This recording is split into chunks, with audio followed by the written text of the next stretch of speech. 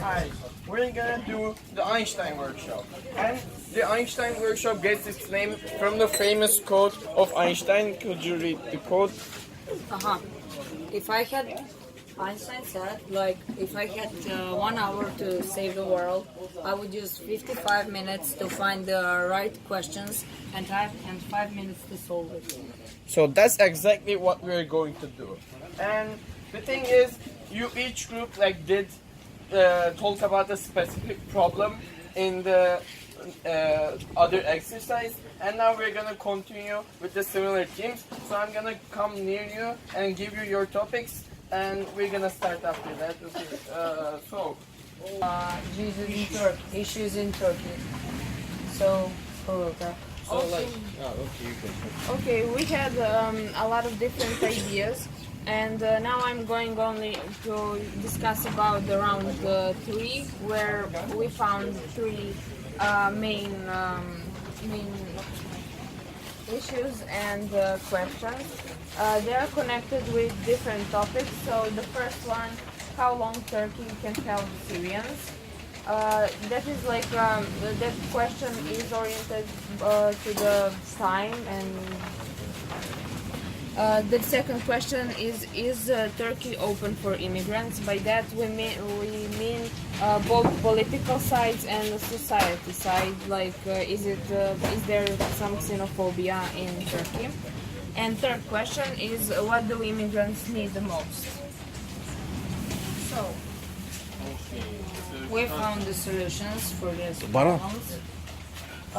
For the first question, how long Turkey can help Syrians?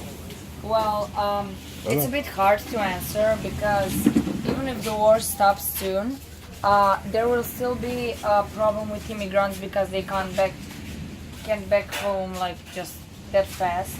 So yeah, Turkey will have problem with that for a long time. Is Turkey open for immigrants? It's really not open, as I understood, but he will say more about it. 50-50 because there are some policies that are made by government, so they're obviously helping to the immigrants. But as I said, there is xenophobia in Turkey because most of the people in Turkey are quite conservative and a little bit afraid or skeptic when new people or different people with different opinions and way of life come to their place. So there is a difference between policy and the real situation in everyday life. And what do immigrants need the most? Well, immigrants mostly need safety and to be accepted.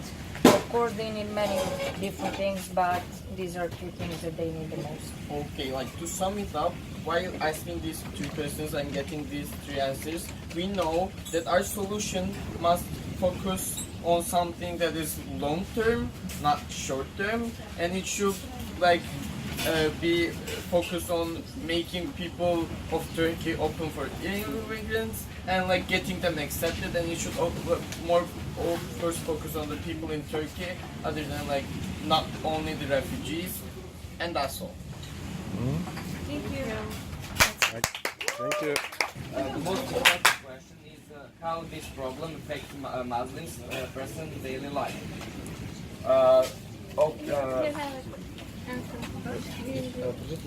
You can read the answer. Answer?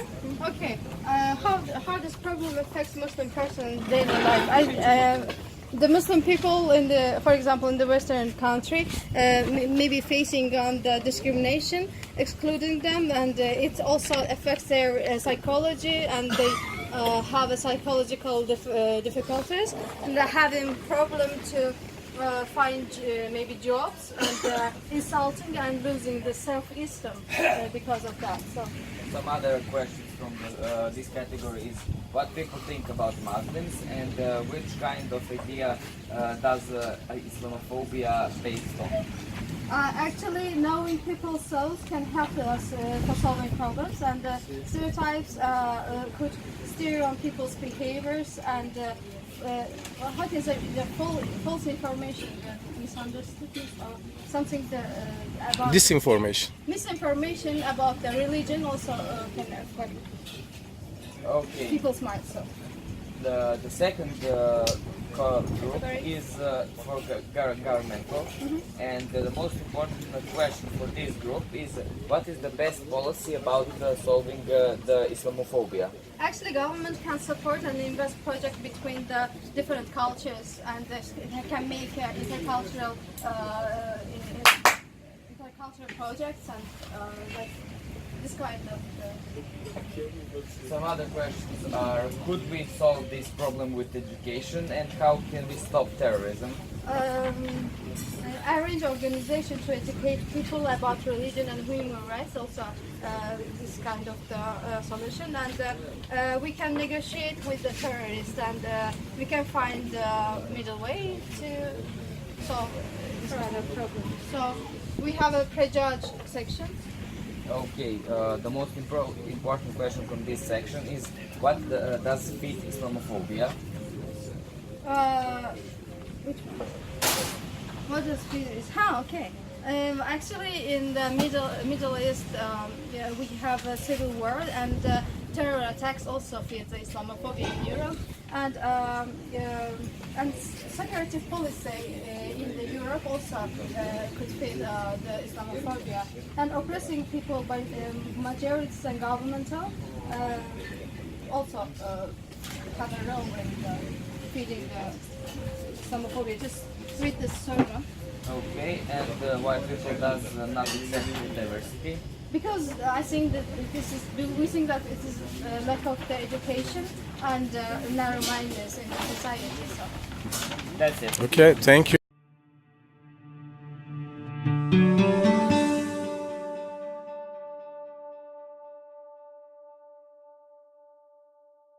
Two for the law.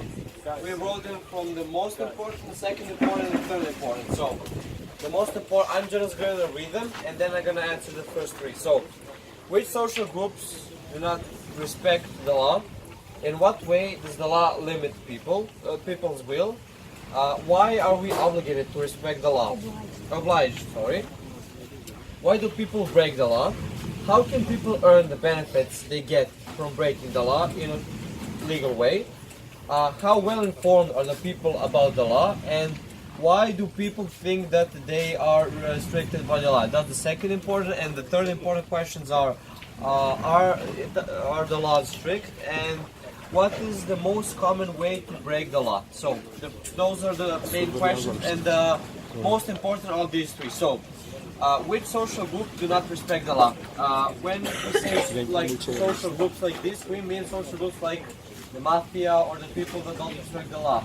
The problem is that they have most power, financial, economical, social, or I don't know, they have like psychological, they have a power and influence on the government or something like that, so they do not respect the law. There are hundreds and millions of examples when, like the China has like a mafia, and they like work together, quote unquote, like they do sometimes illegal stuff, but the government can't do anything because the mafia has a really big power over the government and the people. So usually those are people that have great power, such as the mafia.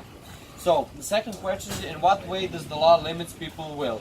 Well, when we say people's will, we mean the will that people will, what can we do, what will we do, and I think the law forbids us to do many things. Sometimes we like that law, sometimes we don't, but I think that it's important to obey the law, since some of those laws, okay Marco, maybe you can continue. Okay, some of those laws, some of those laws protect us from being harmed. Marco? Okay, why are we obliged to respect the law? When we see some law or some list of rules or anything that is supposed to define our behavior, our first thought is that we are limited, we cannot do what we want, that our freedom is jeopardized, and so on. But in fact, when we look deeper, we conclude that actually law is meant to protect us from ourselves both and from the others. So we we make laws because not all people think the same way, and but in order to functionate as a community, it is necessary to make all people respect the same rules. And if we respect the law, everyone, including us, is going to live better. I mean, without the law, there will be chaos, anarchy, and nobody will be happy. So Yeah. obeying the law is Einstein question first. You read the Einstein question. You are free, LA. Yeah. Yes. What are all the important questions we need to answer in order to solve gay marriage problems? So here are the questions that we find. We found 10 questions and then we made to the We're gonna only Please answer- listen. Yeah. so our first one was Sorunlar. does the religion have any Loudly. effect on gay marriage problem? And that's a religion.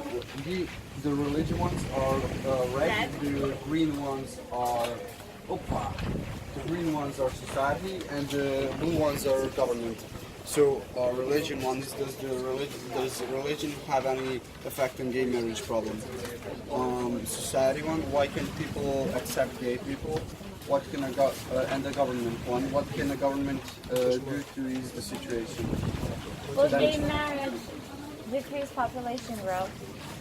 And the fifth one is, should the government have a right to interfere with intra-people affairs?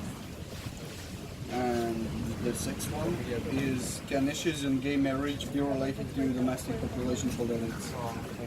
Seventh is, how are we going to familiarize children with gay marriage? Eighth one is, what are the effects of gay marriage Ali. on social norm?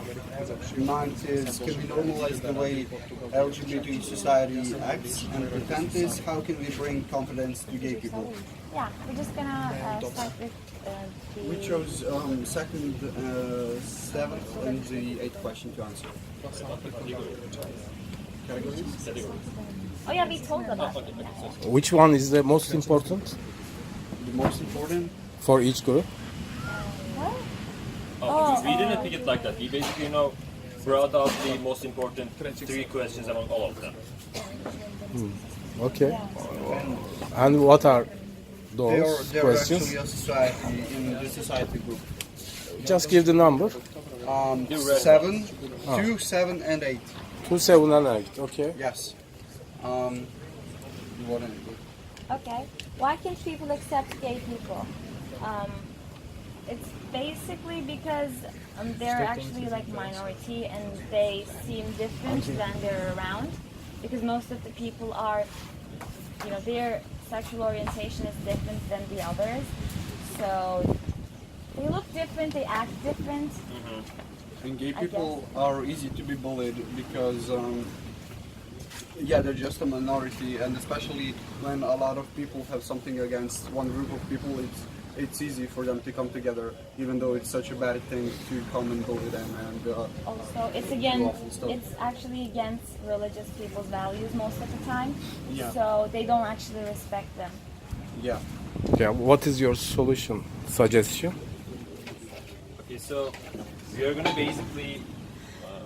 So this question is kind of similar to the eighth one actually, but you actually, if you just consider them Combine together, them, like, combine them in your mind, you actually end up with some kind of really nice answer and solution to that. So first of all, we kind of know that right now the society is based on kind of those three major religions. This is like the majority of the population of the world. Definitely. They actually kind of have the remnants of those culture coming from those religions and so on and so forth, and therefore this is their social norms right now. This is the way they speak, the way they teach, what they teach their children, and this is the way we construct the education, our curriculum, and media actually tells about this as well, and so on and so forth.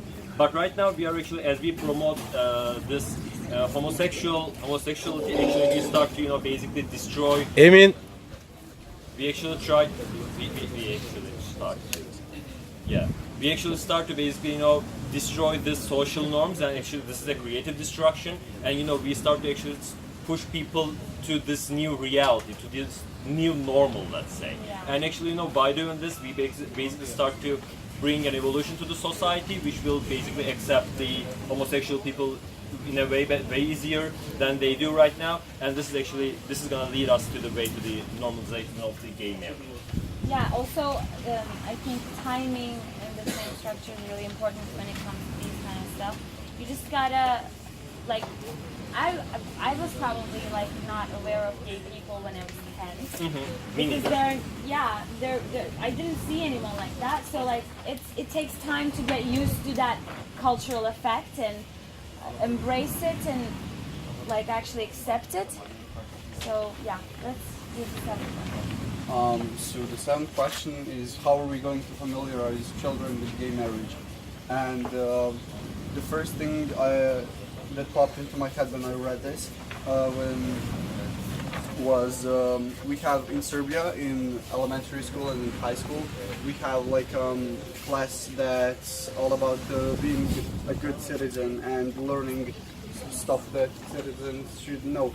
And I think this class is quite useful, especially when done right, and it could be implemented in most countries.